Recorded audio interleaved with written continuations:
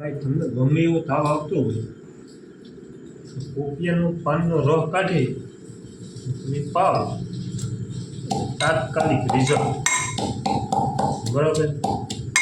ગમે એવા MD doctor પાસે જાઓ કે MBBS પાસે જાઓ એની દવા કરતાં પણ આ પોપિયાનું રિઝલ્ટ તમને એટલું ફર્સ્ટ ક્લાસ મળશે કે એની વાત જવા દો. MDની દવા ખાવો ને તમે તો પણ તમને માંડો તમને 30% રિઝલ્ટ મળશે. પોપિયાના પાન તમે 3 ટાણા પીવો એટલે તમને 50% રિઝલ્ટ મળશે. 100%. તો હું તમને આની બતાવું.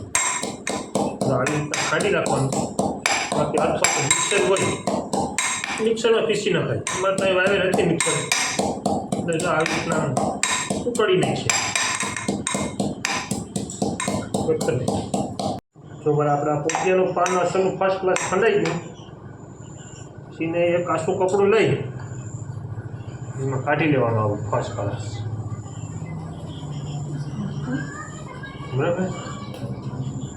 આવી રીતના એને બધું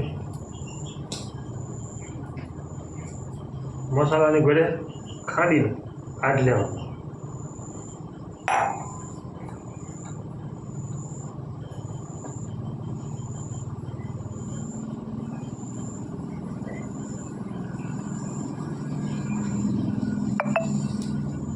જેટલો રસ નીકળે એટલો ચમચી 2 ચમચી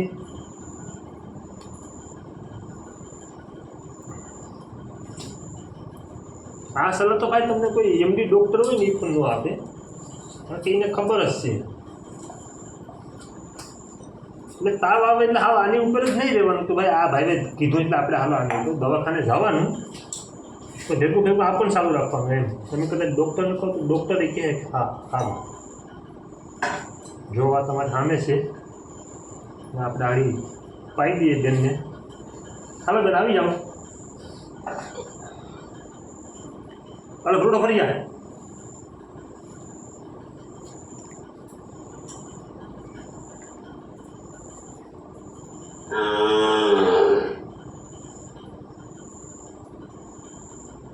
ફરી જાય ફૂટો.